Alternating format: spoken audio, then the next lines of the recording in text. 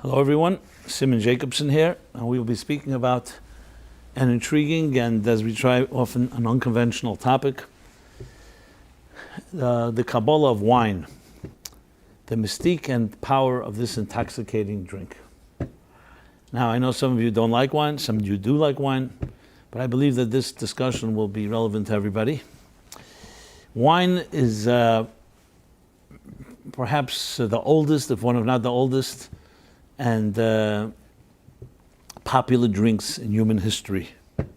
Goes back to the beginning of time, and it's very much, till this very day, very much part of our culture, part of our social culture, whether it's cuisine and culinary arts, whether it's wine tasting, whether it's wine collection, vintages. There are dozens of magazines just about wine for wine enthusiasts. And in general, it's just an ongoing part of the culture in the sense that people see it as a class and distinction, and it's prevalent. Now, when anything is so popular by human beings, there always has to be some deeper understanding of the psychological, spiritual, and even mystical meaning, which is what we'll be talking about. So the question, of course, is what makes this? What exactly is the mystery behind this drink? Is it just its intoxicating ability? And the popularity of it actually far outshines even the fruit from where wine is made, which are grapes. As popular as grapes are, wine is far more an industry. And the wine industry actually has many industries in it. There's the producers of wine, there's the storers of wine, there is the distribution of wine, there's the experts on wine.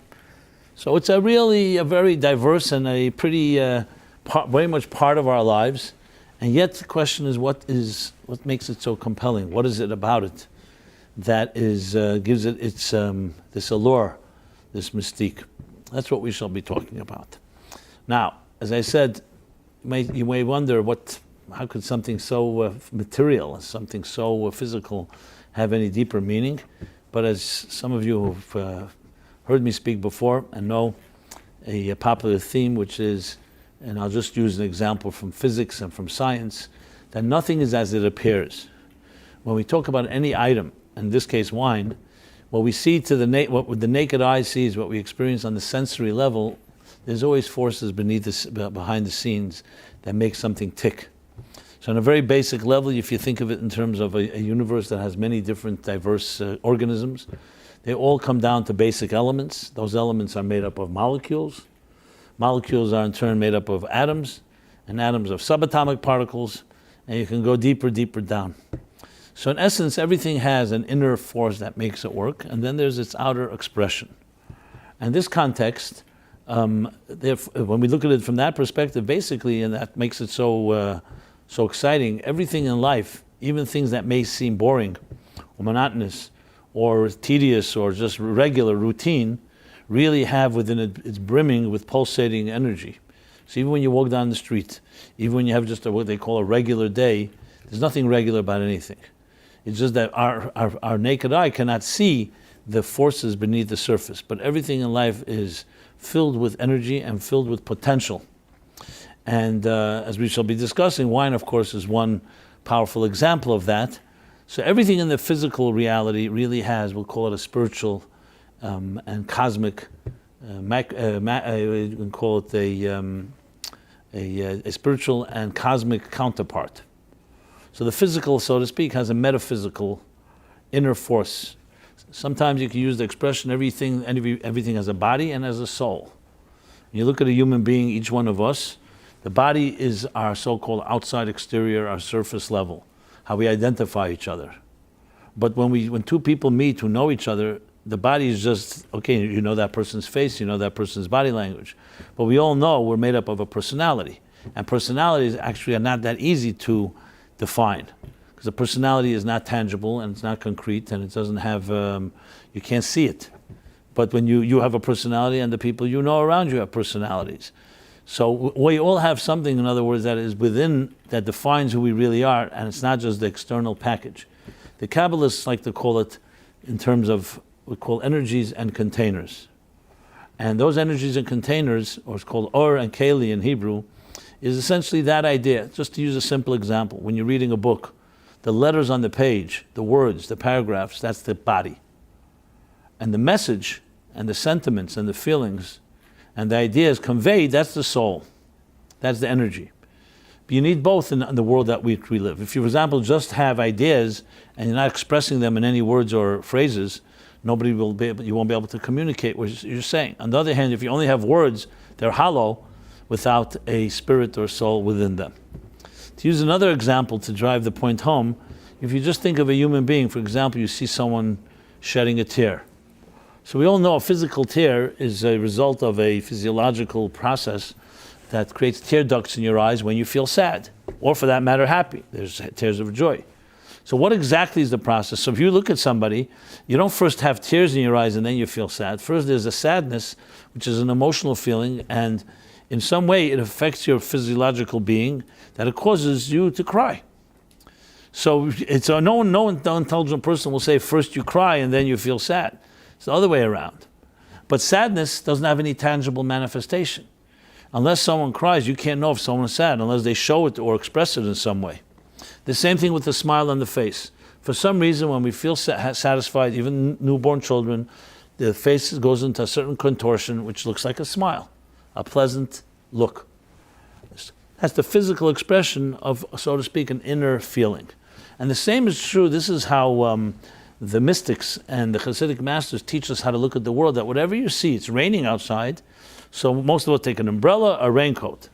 You know, if you listen to the weather report, you hear meteorologists explaining the causes of weather patterns, whether it's pressure systems, whether it's high or low pressure systems, or it's the winds, or it's different factors that are causing a different turbulence that causes weather change. But if you go beyond that, why can't you say that rain maybe is a form of cosmic tears that are a energy that's on a cosmic level that manifests in physical rain, just like sadness manifests in physical tears. So we take this type of perspective. Everything in the universe is really has two dimensions. There's the dimension that you see and experience, and has the dimension, what is it reflecting and what is it expressing? So we think in terms of wine, and the way wine is produced from grapes. And it's interesting that even though when you look at a grape and you wouldn't know better, who would figure out that this grape can turn into a drink like that can have such impact on us and on society like I described earlier? But either by accident or in some way, they figured it out, just like they figured out that olives produce oil. But the interesting phenomenon here is that that wine, which is our discussion, and for that matter, oil is the same thing, is fascinating because it is a physical manifestation of showing you that the grape looks like one thing, but it has a force within it that when you squeeze that grape and you extract the juice, and then you ferment it, and all the process of creating wine, you suddenly have a drink that the grape does not make anybody intoxicated. The grape, as delicious as it may be, doesn't have any intoxicating factors, but it has within it unbelievable power that can literally shift our moods, change our disposition, all concealed within a grape. Now, the truth is, if you think about anything, any process, any food, same thing as grain. Who would have imagined these stalks of grain in a field can turn into, after you gather them, you turn them into, you extract the wheat, and that wheat in turn can turn into flour. That flour, when you bake it, mix it with water and mix it with other things, turns into bread. You know, there are few things on earth, for example, water you can drink directly from its source, but many other things, chocolate, from the cocoa bean. The same thing with so many other elements that come from some other state that needs either heating or boiling or breaking down or fermenting, that turns one thing, a metamorphosis from one to another. So the first basic lesson that we learn from wine, and for that matter anything that is like a juice that you extract from a fruit, is that nothing is as it appears. And when we apply that to our personal lives, because remember, from the mystical and point of view, every human being is a small universe. And the universe is a large organism. So anything that exists in the world exists within us. So we also have that same element. We are a fruit that on the surface can appear one thing, but when you squeeze it, it can turn into something completely more potent and powerful. And how much potential do we have? What wine do we produce? On a very basic level, that's its first message and lesson. And this isn't just a metaphorical, poetic way of looking at it. It's actually the reason the universe works that way is because everything that exists, as I said, in the macrocosm exists in the microcosm within each one of us. So that's why the Baal Shem Tov says that when you see something or you hear something, you need to take a lesson for your personal life, because it's really a reflection of you. In addition, if you look in the Torah, there's actually a verse that says, Ki ha'adam eitz hasada. The human being is like the tree in the field. Now, there are many types of trees, and one of them is a grapevine. Not exactly a tree, but it's a vine. So there is the grapevine within us, which is the essential thing that we are like a grape, and with pressure and squeezed and challenged, you can produce a tremendous amount of power. So that's on a very first ostensible level, lesson number one. Now the truth is, you could say the same thing as I said with the olive. You could say the same thing, frankly, with tea. Tea leaves grow, and again, until someone figured out tea leaves, when you mix it with hot water, created this drink called tea, with its healing agents, with its soothing of elements and everything else that tea brings with it. And as they say, that you don't know how strong a person is. They compare sometimes, they say a woman is like a tea bag. You don't know how strong she is until you put her into hot water. But you could say this about everybody. When you put it into hot water, it produces and elicits from something that seems so innocuous, it elicits something that has such power. So this you can say really about anything that has that potential that can only be released when you squeeze it or when you ferment it or when you break it down. So wine goes in that category, but we're going to talk a little deeper about it. So in the mystical teachings, starting from the Zohar, and then later in the writings of the Arizal, of Isaac Luria, and more at length in the Hasidic discourses, especially in a book called Imre Bina from the Mittler, the second Chabad Rebbe, who was the son of Rabbi Shneur Zalman, the author of the Tanya, discusses actually wine in the context of the secrets of wisdom, the secret wisdom. And based on a statement, the Talmud says, Nichnas yayin yotze soid, that when wine enters, the secret is released. On a very basic level, that means when somebody's a little lighthearted and intoxicated, they will reveal secrets that they would not reveal in the regular state of mind. Sometimes in a cynical way, it's said about somebody that's drunk, they say, in Yiddish, they say, was is auf den Lung is auf den Zung. Or you could say it in English, you could say, what is on his lung is on his tongue. Meaning that which is in his lung and always internal, when he gets drunk, suddenly is on his tongue and he talks. And sometimes people talk too much and talk nonsense or talk whatever it is, but it reveals. Now, for a person who's really a rich personality with a lot of content, wine can also elicit very powerful positive things, not just the revealing confidential secrets or something of that nature. So sod has also the meaning deeper dimensions. It reveals deeper dimensions. And interestingly, the gematria is the numerical equivalent. So in every Hebrew letter has a number. Aleph is 1, Beis is 2. So when you take a word, there's a number that adds up. What does Yayin add up? Yayin is not Yud Nun. That's 70, 50, 70. What is Sod, secret, is 60. Vav Dal is also 70. They both have the same numerical equivalent called 70. So there's a deeper relationship, and when you between the two. And actually, when you see a grape, what does a grape do? What does wine do? It reveals the secret of the grape. That way, you wouldn't know there was carrying a secret. When wine is produced, you suddenly realize that these grapes, whatever type of grapes, and whether it's a red wine or white wine or other types of wine, is actually the secret of the grape. As I said, you could also discuss this in the context of the olive, but we're focusing on wine, so that's what we're going to focus on. Wine, that's specific. Now, when you drink olive oil, that doesn't happen. You don't start revealing inner dimensions. It's only with wine that happens. Okay. So with that said, so now the Kabbalists explain why is wine that has that power to so-called loosen someone up to the point that they can reveal a deeper dimension. They can feel comfortable, less inhibited. Why is that? Because on a spiritual level, wine, the root of wine and spirituality has that power. Regular drinks, let's say drink water, it quenches thirst, it's necessary for life, but it doesn't necessarily reach deeper in you and bring out something that would have been concealed on its own. So many drinks like that, fruit drinks or others, don't necessarily do that. Wine has that capacity, that alcoholic capacity. Truth is, this is also other alcoholic drinks, but again, we're talking about wine, and I'm speaking specifically because wine is also a sacred drink in the context of Kiddush, let's say. You find that in Jewish tradition, and other religions for that matter as well, wine has a sacred element to it, that every time you do a sacred thing, you always do it on a cup of wine. Kiddush, Friday night or Shabbos,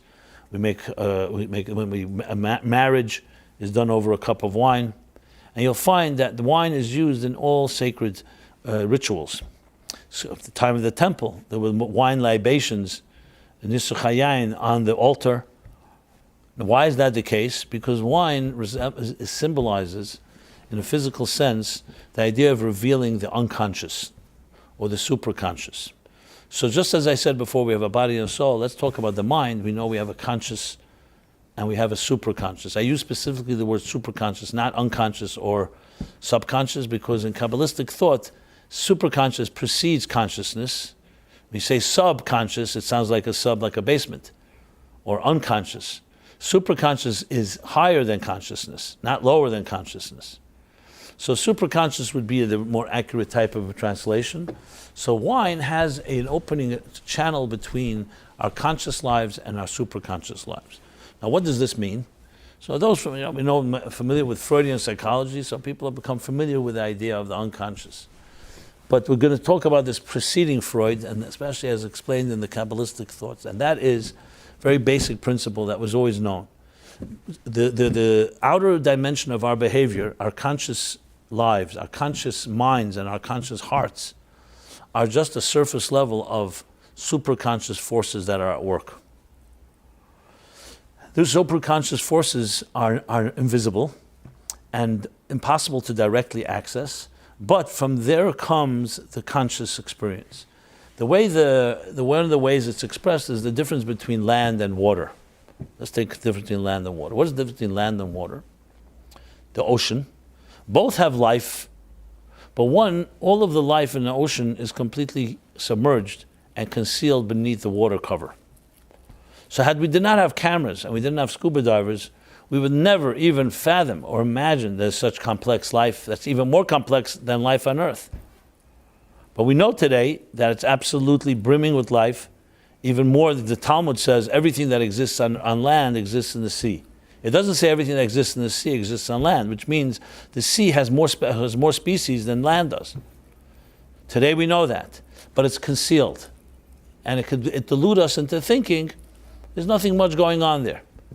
So water represents, the sea represents the superconscious state. In the words of the Kabbalists, the hidden worlds, Alma Discassia. Land, on the other hand, is everything is revealed. The creatures of land walk on its surface, and they're not submerged, they're not concealed.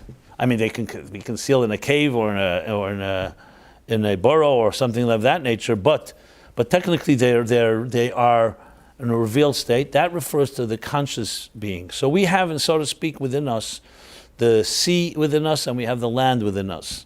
We have both elements. And interestingly, our lives begin actually in the sea. For 9 months, we are submerged in the embryonic fluids, the embryonic waters in our mother's womb. And the Torah says that when the world was created, it was also completely submerged in water. Then when we're born and the umbilical cord is cut, then we become land creatures, where we leave the waters of the embryo and we enter into the earth as independent entities. But the truth is we never really got disconnected from those waters, because that's really what defined us, that's why we so gravitate toward nurturing as newborns and really throughout life. Love and nurturing is the single most important ingredient for a healthy person. To feel loved, to feel respected, to feel nurtured, which is what healthy parents do. So besides the 9 months where the mother completely protects, feeds, and everything the child has is from the mother, even in our early years, a healthy home will provide a nurturing environment. What's a nurturing environment? If you think about it, it's like living in the water. which is what explains why we are so drawn to water and why we feel so comfortable in water. You know, when we go into water, we have that idea, we feel like we're submerging in something, and it has that like refreshing element, a certain feeling. Obviously, I'm talking about in a healthy and safe way. There's something about it, because our souls, originate from those hidden worlds. But we're sent into the world of land in order to function and to accomplish and achieve in this world. And as a matter of fact, the purpose is for us to bridge those two worlds. I don't know if you know this, but Moses, Moshe Rabbeinu, the great Moses, his name was not Moses. By his parents did not give him the name Moses. The Talmud talks about a bunch of names that they gave him, but was not Moses. Where did he get the name Moshe? It's actually an Egyptian name. It was given to him by the daughter of Pharaoh, who found the little baby in a basket at the edge in the river Nile, and because she drew him out of the water, she called him Moshe min hamayim mishisihu, which is extremely really odd. It's almost like an insult to his parents. Why would you call this boy by the name of someone that just took him out of the water for a technical reason, and not the name given to him by his biological parents? So the Kabbalists explain and the Hasidic masters explain, because actually she captured the essence of Moshe. He was a water soul. That was the technical part of this, why he was put in a basket on water. But the truth is, he was a soul that came from water worlds. He was connected to his source, like everything that's submerged in water, the divine source. And that's why his soul came from that at a high level. But God sent Moses to a land world, in order to bring the power and intensity of the water world into the land world. So basically, that's the purpose, is bridging these two worlds, which is why by the parting of the sea, we have one time it was bridged. And you'll see throughout Moses' life, water was always a very dominant thing. He would not strike the river Nile because he was saved by the river Nile. And later, we have the story of Moses hitting the stone and speaking to the stone in order to extract water from it. So water is a very central theme in Moses' life, besides his name. What? I thought he hit the rock because he was angry. No. God told him to hit the rock. The second time, God said he should speak to the rock. Instead, he didn't. That's a separate discussion. It's not relevant right here. Bottom line is water. Okay. Because Moshe Rabbeinu represents that idea of submergence. Fish in water don't need, for example, in Jewish law, shechita. You don't need to slaughter fish because they are submerged like in a mikveh of water all the time. They have that type of purity, which is why actually fish is very healthy food. Now, fish in water is the similar idea when someone feels completely submerged and connected. You know, most of us deal with issues like existential loneliness. We feel disconnected. We feel isolated. People who are connected to their source of life and always know what their mission, and they're always focused 24/7, these are called nunayama, fish of the sea. Souls that are like the fish of the sea. They're completely submerged in the purpose of their lives. They never have the dichotomy, the neurosis of a duality in their lives that all of us mostly deal with, because they're completely submerged. But that's a dimension that most of us cannot access. We live in land where there is dichotomies and where there is a split and there is schisms. But the goal is for us to derive and take from that water consciousness and bring it into our so-called land consciousness. So in that sense, we have within ourselves, we have two dimensions. We have, as I said, the outer dimension that is very obvious, the land within us, which is our bodies, our body language, and the things we're conscious of. And then we have our superconscious. That's the waters within our soul that are not obvious, but they are the driving force that shapes who you are. As a matter of fact, as I said, that's the state of being you were in for 9 months and the earliest stages of your life, in your formative years, in order to give us the power that when we go out to a hostile world, where we become separated from our connection to our source and our connection to our purpose, we should have a reminder that you actually are connected, and now you have to reconnect. So it's really reconnecting to something that you're always connected with, which is one of the beautiful concepts in Jewish thought, which is the idea that we are fundamentally connected to something greater than we are, but it's concealed from us. It's concealed. And it's our mission is to extract that. And that's where wine comes in, because that's exactly what wine is. That's why wine intoxicates. That's why wine reveals secrets. What is the ultimate secret wine reveals? The secret of of the superconscious, which is concealed within the conscious. So when you talk to someone, every word they say, everything, their problems, their good things, anything they share, always has beneath the surface something else going on. And in a sense, you can say our purpose in life is to connect the superconscious to the conscious, the land to the water. And that's what wine does. It's exactly what it does. First of all, physically, as I said before, you're taking a grape and it conceals its powers, and through the wine process and the fermentation process and everything that's required to create a good wine, you are revealing its concealed elements. But on a deeper level, wine actually then, when we drink it, reveals a concealed dimension within us. So drinking it in moderation, obviously, and in a sacred way, it has a power that other things don't have. It does not have other drinks in this world don't have that power.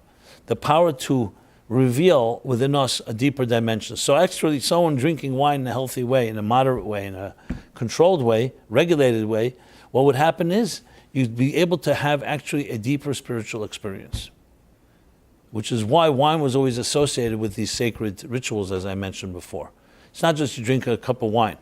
It's because it's part of drawing down and exposing and revealing something greater than that it was within us. So when we start Shabbos, what's Shabbos? After 6 days of the week, we're involved in our work. What's our work? Our work is the things we do to survive, to make a living, to make ends meet. Someone will say to you, who are you? Anyone that says, I am my job, you know there's a problem.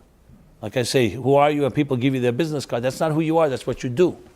Now you may be completely consumed with your work and maybe what you're doing most of the time, but it's not who you are. Because there was a time before you ever had this job. And there were 9 months in your mother's womb where you had no job at all. And you are a soul that was sent to this earth for a purpose. That's who you are. The fact that you identify with your job means that you've been so-called hijacked. Comes Shabbos, and Shabbos is a day where we say, okay, we shut everything down. We shut down our involvements in the material world in order to re-enter our soul space. So what do? You begin by making Kiddush. You take wine, because that's what wine does. Wine is meant to bring that soul, superconscious, spiritual dimension that you are into your tangible reality. That's why we make Kiddush, Shabbos and Yom Tov holidays, and over different times, as I said, by a wedding, and other places where we make on a cup of wine. We will, when with 10 people are eating a meal, they bench the prayer after the meal with a cup of wine. So wine is connected with drawing down a deeper dimension of consciousness, in this case, superconsciousness.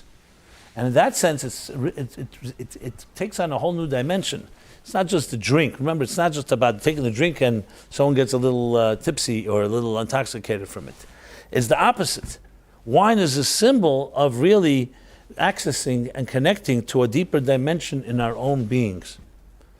And that's why in Judaism the concept of alcoholism is completely forbidden. Yain v'shecher al teisht, when the children of Aaron, because they drank wine and they entered the Holy of Holies, that was considered a bad, they had good intentions, but it didn't have good results. Wine is only a means. It's a symbol and a means to having a responsible, deeper experience of the spirituality. I just wanted to qualify that. But when it's done in the right way, and in the sacred way, and done in humility, not just wine in order for a person to be able to get rid of their inhibitions so they can become more boisterous or more arrogant or more confident. We're talking about a wine that's used in a humble way.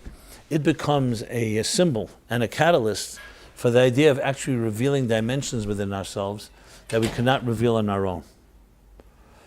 So this brings us to the tremendous lesson in all of this, and that is the lesson essentially of who are we, not just who are we, what are you capable of? Now, when most people answer that question, they can only answer it, and they can only say, I know what I'm capable of based on what I know. How could I know what I'm capable of when I don't know what I don't know? How do you know how deep? and how enormous and tremendous resources you have within your potential. No one can make a statement, I don't have that. How do you know? You were never there. You never visited there. So wine is a lesson that teaches us about a powers that we have that we're not aware of. And this is the first step in any challenge that people have. And I've deal with people who have different troubles and real issues, and sometimes not so real.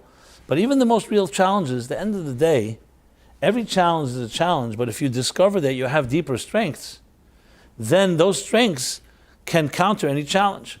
And many of us lose confidence because we think the challenge is so overwhelming, we don't dig deeper.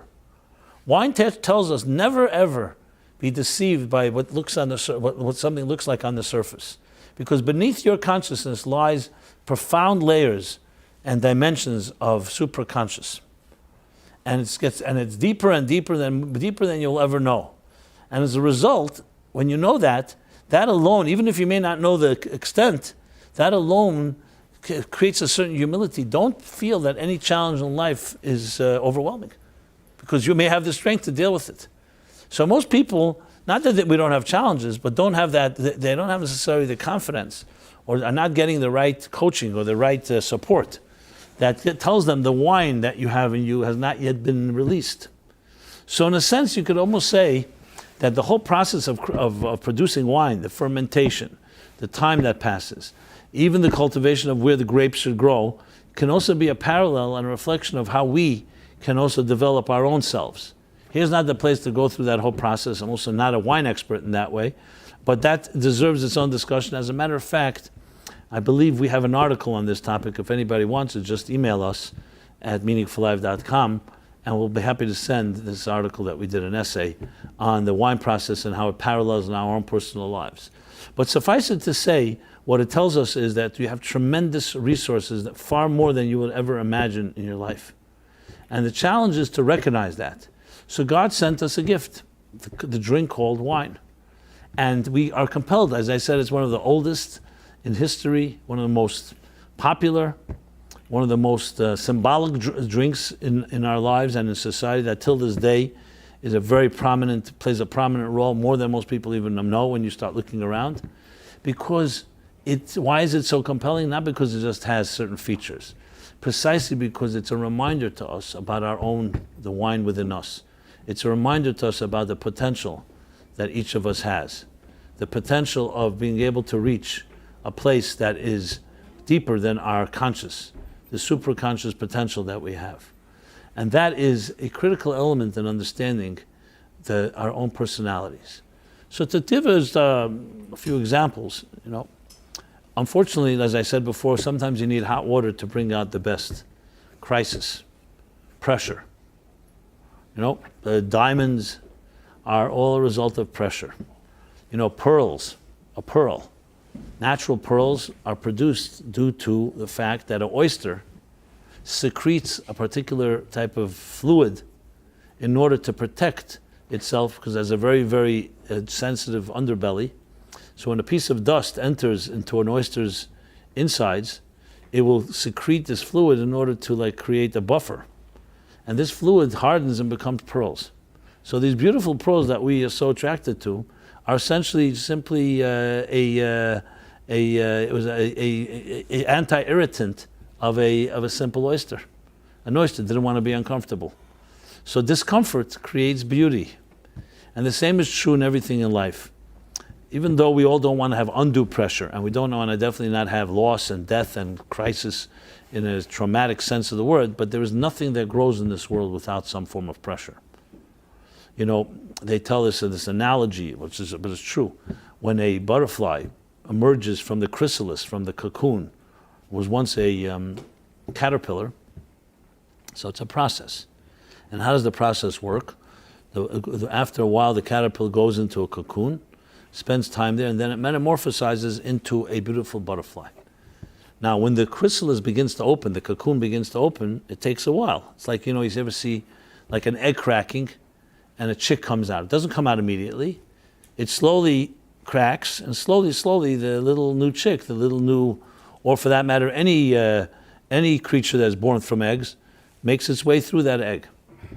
So someone's watching how the butterfly was struggling because it was at the stage where the cocoon had opened up, but the butterfly couldn't yet make it out, and it was struggling to get out. So he felt so much compassion for the butterfly. What did he do? He took scissors, and cut open the cocoon to let the butterfly free. Nice act, right, of compassion. And then he waits to see how this beautiful butterfly is going to take its first flight. But to his surprise, butterfly doesn't move. Comes out of the cocoon and just sits there. And he pushes it and tries to motivate it, and it never could fly. Why? Because when the butterfly fights to cut open and come out of its cocoon, that pressure forces liquid into its wings that creates the right hydraulics necessary for it to be able to fly. And because he, in his compassion, decided to take away this last challenge for it to force itself out, he cut it open. The butterfly never had that pressure, and the wings don't have the lift, because they never gained that liquid that would go into those wings because they didn't have that other pressure. Think about that. Next time you're pressured in life, ask yourself, maybe this pressure is actually causing liquid to go into your being, allowing you to fly. Because it's causing you to build up strength. It's like without resistance, no one's going to develop a muscle. It's the resistance when you run, when you walk, when you compete with someone else. That other person is bringing the best out of you because there's a challenge. If someone to say, okay, how strong is your punch? How strong is your push, your thrust? Only when someone pays the resistance and you fight the resistance, that causes you to get stronger. So life presents pressures. And so often we so don't want to be uncomfortable and we don't want pain, we just say, I just want to get rid of it. Now again, I want to qualify. I'm not suggesting undo. We always pray to God that we should have with the chesed. It shouldn't be extreme. But to suggest that we shouldn't have pressure in life. So when you have pressure, whether you like it or not, and even if you were asked to get rid of it, right now you have to see it as an opportunity. This pressure perhaps is coming in order to make you a stronger person. Now I know this sounds like a cliche, and we've heard this. Yeah. What if you didn't want to become stronger? Well, you know something? A butterfly. Well, who's asking you? No one's asking you whether you want to become stronger. Because you were sent here for a purpose. It's not about you. The butterfly. You could say the butterfly may not want to fly. Fine, that's his prerogative. But I think the butterfly just. Sorry. Did you say the butterfly can't fly because all of a sudden the butterflies asked to fly and they never had to, and all of a sudden it's too much? No, it never was developed the ability, the liquid that needs to go into its wings for it to be able to develop the right lift for it to fly. So could not. if you learned it earlier, then it could fly. No, it had to be pressured to do so, and this person cut open. Did you hear what I just said? You didn't hear the story I told, huh? When it was pressured, how come it couldn't fly? It wasn't pressured. The person cut it open and let it free. That was the problem. So it wasn't prepared. Anyway, you listen to the recording. I said it. The story is basically we're also live on a broadcast here, so I feel a little uncomfortable to have to repeat the story. But it's basically so pressure in life is actually a necessity. Everybody would love to stay in their mother's womb. Everybody would love to stay in the comforts of certain protection. But what makes us great people is when we go out into a hostile world where we are not always protected and we have to develop resources. That's the facts of life. Just you have to accept that, and that is not even up to us. That will happen. You will grow up and you will be forced to have to leave, as we read in this week's chapter, Lech Lecha, to leave the home of your parents, your birthplace, your land, your birthplace, and the home of your parents. That is the fact. Just like after 9 months, during the 9 months of pregnancy, a child belongs inside his mother's womb. After 9 months, the time is for the fruit has gotten ripe enough to come off the tree. The child has gotten large enough to begin to develop as its own independent entity. This is life. And we have to sometimes just simply realize that you can't fight this. As a matter of fact, this is the way exactly how God wants it to be. And life and struggle are synonymous. This idea that we're going to look for this type of fantasy of a retirement village with no concerns is exactly that. If you should find that, you'll end up being, God forbid, a butterfly that can't fly.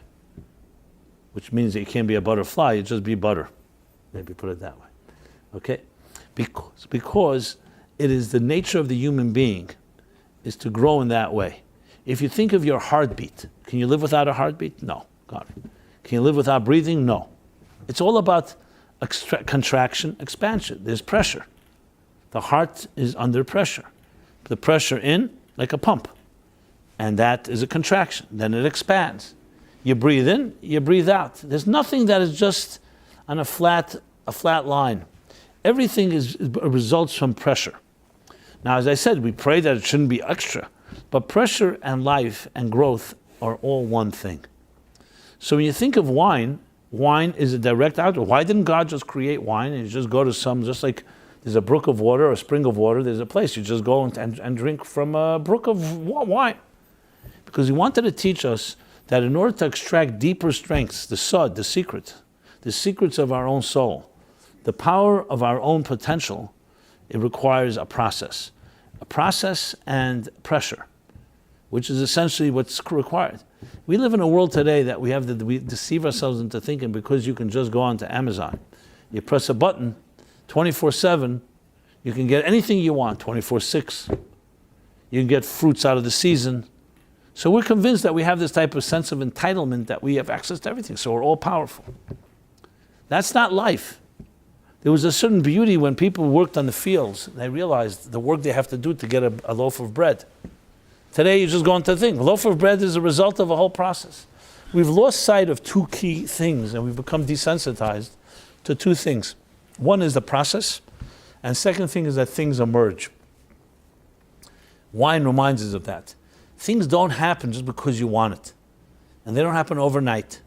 A child has to go through 9 months of the pregnancy to give birth, to be born. Then it goes through its own development till it becomes an adult. Things are a process. Think of a flower growing in a garden. Beautiful flower. Can you force a flower out of the garden? Can you go and say, you know what, like with the caterpillar, I'm going to cut open the cocoon, I'm going to pull the flower right out of the ground. You'll destroy the flower if you do that. You water the ground, you nurture, and then what happens? It emerges. And the process, there's a process and there's an emergence. All great things in life need process and emergence. Take away those two things and you don't really have anything great. You have artificial creations. Yes, you can create an artificial thing and press a few buttons and someone can create some type of virtual reality. But that's not real.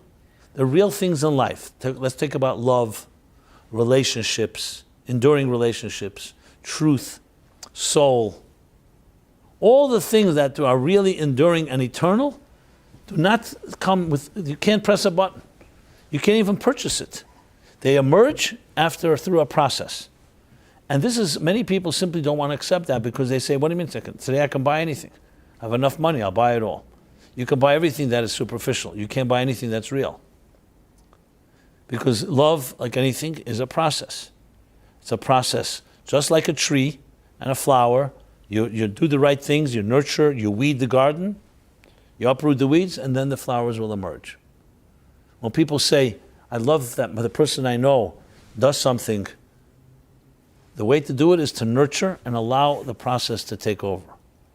Now, there is a process. Look, we all need education, we all need guidance, and you can't just assume it's just going to happen.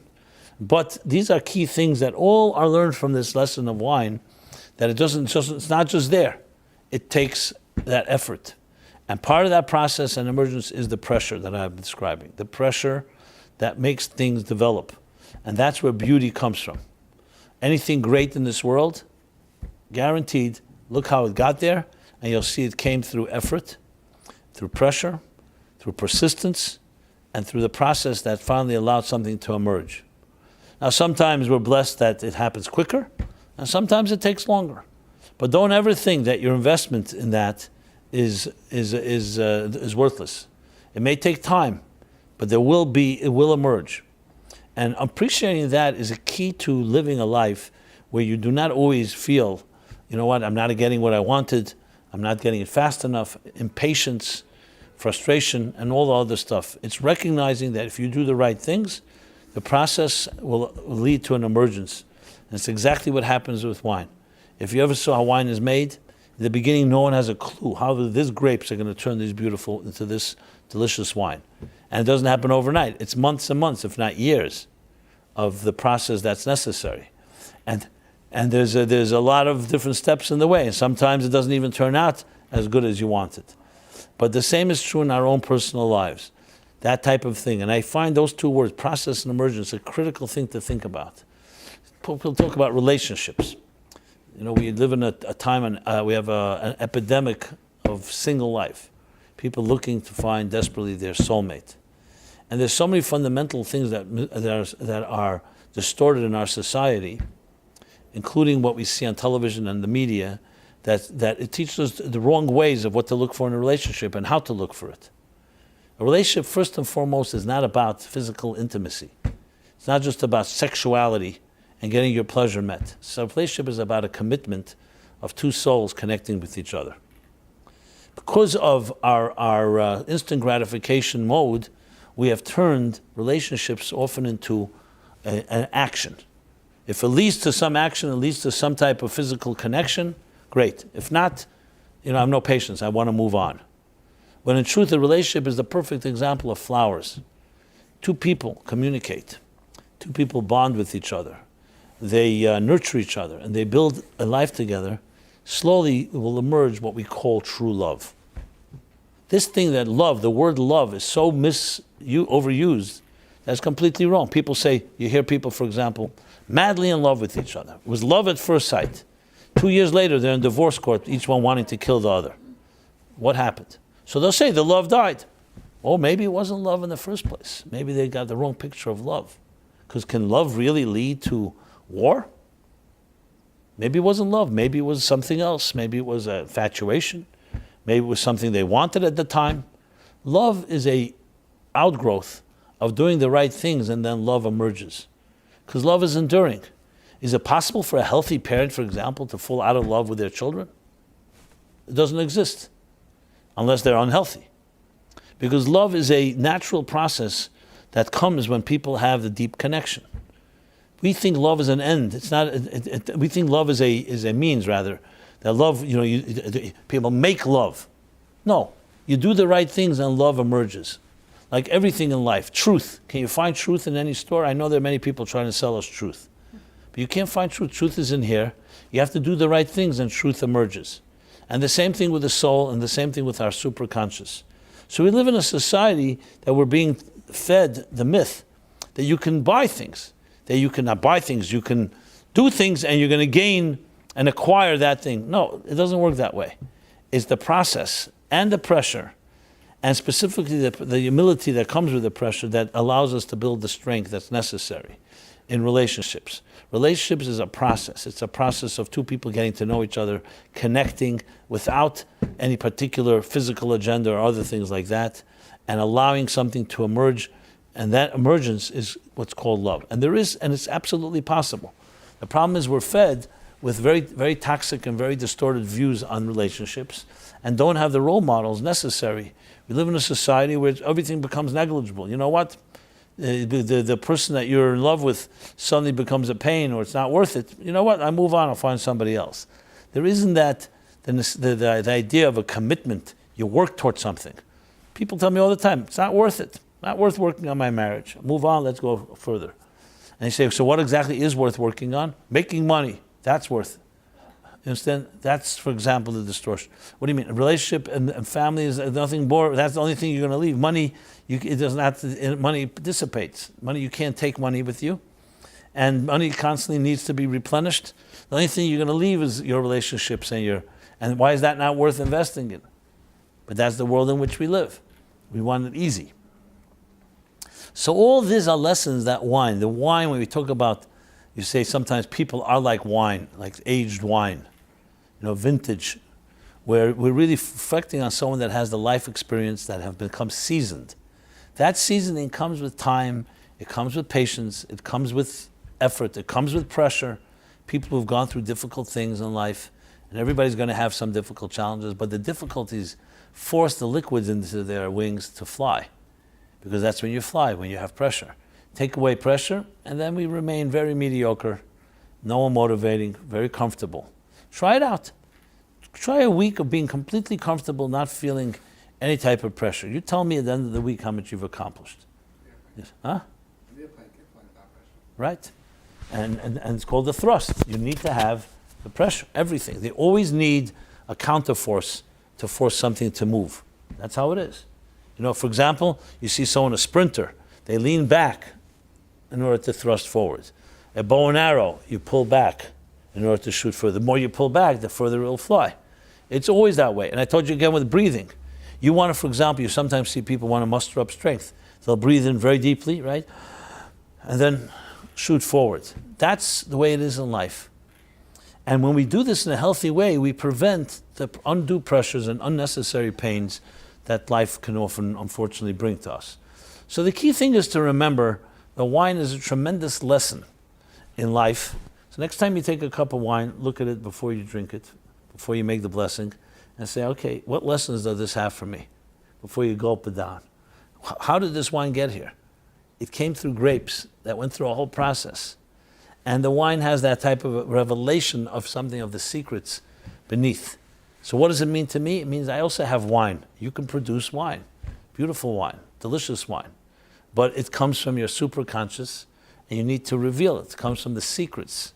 The sod, as I said, that emerges and gets uncovered when you do the right steps, including the pressure that I was describing before, to reveal. So how much potential wine do you have inside of you? How much potential resources? As I said, none of us know, because we've never seen the superconscious. But rest assured, you have tremendous power, tremendous potential, much more than you can imagine. And when you're around people who are dedicated to that type of approach to life, to look at life and see, okay, here are the challenges, here's how we can grow, that helps you get to a place like that. Unfortunately, many of us gravitate around other people who complain. So we complain, so you have a complaining society, you know, like a complaining, like a complainers club, where CC, is that complainers club? CC. And they're just busy, everyone's validating their other person's complaints, how bad things are, and this is not working, that's not working. That's not what you're looking for in life. You want to be around winners who say, okay, that's a challenge, now let's figure out how to get beyond it, how to get around it. That is the key thing to everything in life, having that type of attitude. Sometimes we need each other, and it's not always easy to do on our own, but we have these lessons, and as I said before, this week's chapter, Lech Lecha, which is essentially leaving your natural comfort zones, your natural subjectivity to reach great heights. That's the essential theme in that sense. Now, you may wonder, why am I talking about wine this week? The truth is, last week's chapter talked about someone who got intoxicated. His name was Noah, after the flood, and it's not considered a positive thing. It was escape for him. And then we actually have a chapter before that, in Bereshis, you actually have one of the opinions of the tree of knowledge, that it was a vine. It was a grape that they ate. And had they waited a few hours, they could have made kiddush on that same vine, and the same grapes, but they didn't. So wine can go, and of course, like anything powerful, can be used for the wrong thing. That's why you find people, I mentioned before, that can get addicted, intoxicated, and numb themselves. And instead of, like they say, some people drink to remember, but some people drink to forget. We're talking about trying to drink to remember, to reveal deeper secrets, not to forget and numb ourselves from reality. But anything powerful can always be used in a negative way. We talked before about the sons of Aaron. And then it's told, Yain v'shecher, you should not drink wine and beer. You should not drink it because it can cause a negative effect. But on a positive sense, in the regulated way, with humility, it has tremendous power. We will also rereading in next week's chapter, Lot also gets drunk, also to his detriment, also due to after he sees the destruction of Sodom. So him and Noah, they got depressed, and they basically wanted to avoid the pain of life. And that's, of course, drinking the wrong way. That's to numb ourselves. We're talking about dealing with the pain and allowing it to help us grow and reach greater heights. So, my friends, I hope this wine tasting exercise is tantalizing, and will tantalize your taste buds, and allow you to experience deeper dimensions of your own inner soul, your inner self, dimensions that are hitherto unknown to you even. And there's deeper and deeper dimensions, and there's nothing more exhilarating to get to know yourself in the real way. So how would you like to get to know yourself? In new ways. So all this is hinted to, and we can derive and glean from the wine discussion, the Kabbalah of wine, the mystery and the secrets of the wine, its mystique, its power, and its intoxicating power even, all to help us grow into a new place and a greater place. So this will be one, we're going to do different, I'll probably do different drinks and different elixirs. How do you pronounce it? Elixir. And other things throughout the year. So this is one part of a series we'll call the wine edition of Meaningful Life's Wednesday night live. And it's been an honor as always, and I hope to be able to recognize and discover within you, be able to see the great potential that you exude, that you bring forth in helping make this world a better place. Please see the Meaningful Life Center and myself as assets in accessing both your conscious and superconscious powers. And with that, we will conclude. Until next Wednesday, everyone have a very blessed and healthy, intoxicating week.